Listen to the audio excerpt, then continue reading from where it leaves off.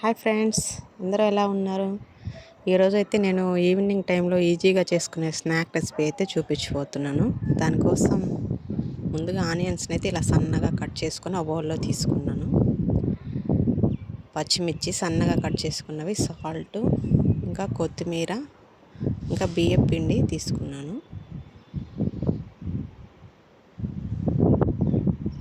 ఈలోపు ఆయిల్ అయితే పెట్టేసుకున్నా. హీట్ ఎక్కేలోపు మిగిలిన ప్రాసెస్ అంతా చేసేసుకుందాం.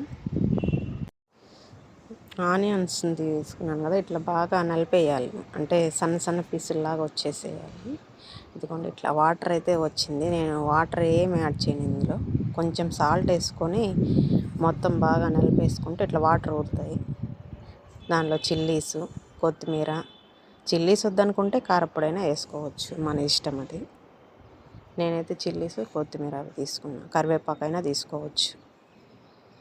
ఇవి బాగా కలుపుకోవాలి. వాటర్ యాడ్ చేయాల్సిన అవసరం లేదు. బియ్యం పిండిని మనం కన్సిస్టెన్సీ చూసుకుంటూ కలుపుకోవాలి. కొంచెం వేసుకొని కలుపుకొని తర్వాత అది కొంచెం వాటర్గా అనిపిస్తే, మెత్తగా అనిపిస్తే మళ్ళీ ఇంకొంచెం పిండి వేసుకొని అయితే కలుపుకోవచ్చు. ఇది ఈ కన్సిస్టెన్సీలో రావాలి ముద్దగా, మనం వడ షేప్ చేసుకోవడానికి ఈజీగా ఉంటుంది. ఈ పిల్లలు అయితే ఈజీగా టమాటా సాస్తో ఈజీగా బాగా ఇష్టంగా అయితే తింటారు.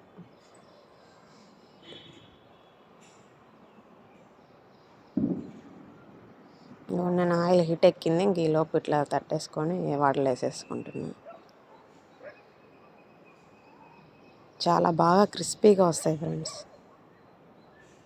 ఇదిగోండి ఇట్లా లైట్ గోల్డెన్ బ్రౌన్ కలర్ వచ్చిన తర్వాత తీసేసుకోవాలి. మనం కొంచెం బాగా గట్టిగా కలుపుకుంటే ఆయిల్ పీల్చుకోకుండా బాగా వస్తాయి.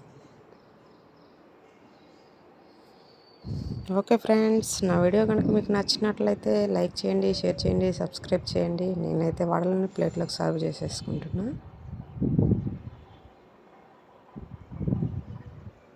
లోపల చూడండి ఎంత బాగా వచ్చిందో. అది నూనె అనుకున్నారు, ఆయిల్ లైట్కి షైనింగ్, అది ఆనియన్ మీద ఉన్న ఆయిల్ షైనింగ్గా కనిపిస్తుంది. Okay friends, bye.